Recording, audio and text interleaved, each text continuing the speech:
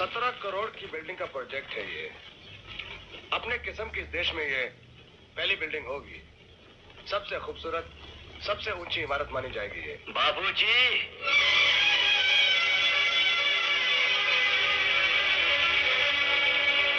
इस देश की सबसे ऊंची इमारत तो बना रहे हैं आप, मगर वो जमीन जिसने आपकी जिंदगी की इमारत को बनाया, वो जमीन आज धस की मौत की गहराइयों में उतर गई और उसकी रत्ती पर परवाह तक नहीं है आपको।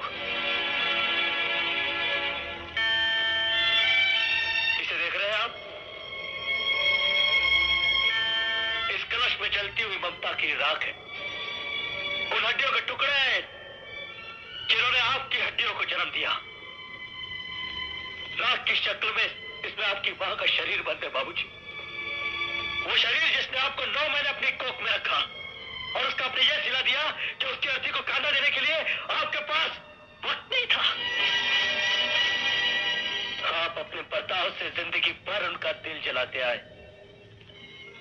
और जब उनको जलाने का असली वक्त आया तो आपने अपनी आंखें ही फेर ली।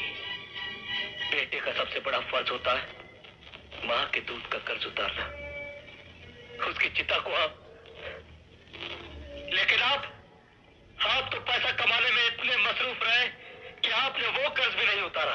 रवि, इन सब बातों के लिए ये जगह है क्या? बाबूजी, मैं तो सिर्फ ये कहने के लिए आया हूं कि अब भी वक्त है। अब भी वक्त है मां के एहसानों के सागर में फंस के चंद कतरे अदा करने का। धर्म के अनुसार अस्थियों का विसर्जन किए बिना मरने वाले इंसान की आत्मा को शांति नहीं मिलती, मगर आपके पास तो इतना वक्त ही नहीं है कि इस राख को ले जाकर अपने हाथों से गंगा की लहरों में विसर्जन करें। इसलिए मैं इस कलश को आपके पास लेके आया हूं कि आप इसे सिर्फ छू दीजिए, बाकी फर्ज मैं अदा कर दूंगा। छूइए बाबूजी। क्या सोच रहे बाबूजी? किनसे शर्मा रहे? इन लोगों से? यहां पर जितने बड़े आदमी मौजूद हैं, इन लोगों में से कोई ऐसा आदमी नहीं है जो बिना मां बाप के इस धरती पर आया है। बाबूजी छूइए इसे, बाबूजी छूइए इसे, छूइए बाबूजी।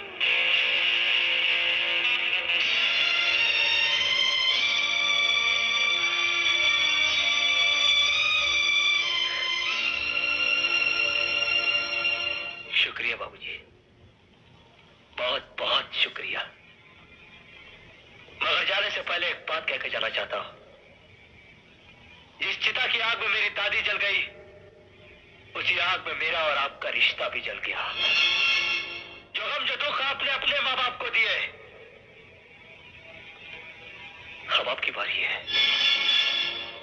जब आपकी अपनी एक इकलौती औलाद आपसे जुदा हो जाएगी ना, तब आपको पता चलेगा कि औलाद की जुदाई का दर्द मौत के दर्द से भी ज्यादा होता है।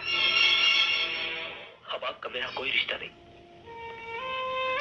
मैं जा रहा हूं बाबूजी, आपको छोड़कर हमेशा हमेशा के लिए। रवि, रवि, रवि बेटे, शहर का इतना बड़ा सेठ मेरे ऑफिस में। बस कर रवि, बस कर। शब्दों के तीर मार मार कर मुझे और जख्मी मत कर। बेटे, बेटा, मुझ में अब सहने की शक्ति नहीं रही। मैं अब टूट चुका हूं। अच्छा, बड़ी जल्दी टूट गए आप? बेटे, अगर तू अपने बाप से सब कुछ छीन कर उसे मोहताज बनाना चाहता है तो मैं खुद तैयार हूं बेटे। मेरी सारी दौलत, मेरी सारी जायदाद में मैं तेरे हवाले करता हूं बेटे।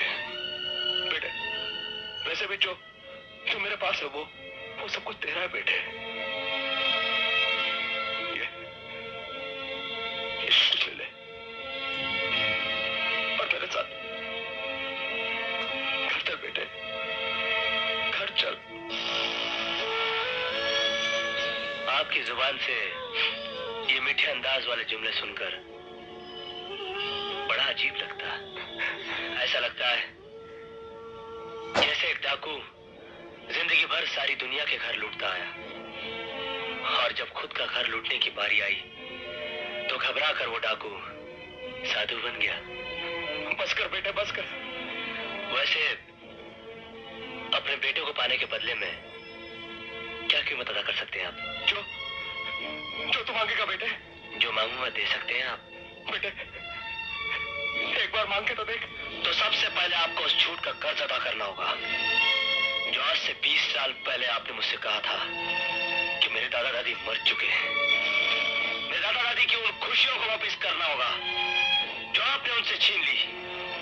उनकी जिंदगी का वो एक एक साल, एक एक दिन, एक एक पल वापस कीजिए जो आपने अपनी जुल्म की आग में जलाकर राख कर दिया। उनके आंसुओं का हिसाब दीजिए जो उन बुढ़ों ने पिछले 20 साल में बहाए। मेरी दादी की जिंदगी वापस कीजिए बाबूजी, जो आपका इंतजार करते करते इस दुनिया से चल बसे। अगर आप ये सब कुछ वापस कर सकते हैं तो मैं आपके साथ चलने के लिए तैयार हूं। याद है बाबूजी, एक बार आप ही ने मुझसे कहा था कि बिजनेसमैन का वक्त बहुत कीमती होता है, उसे फजूल बातों में जाया नहीं करना चाहिए।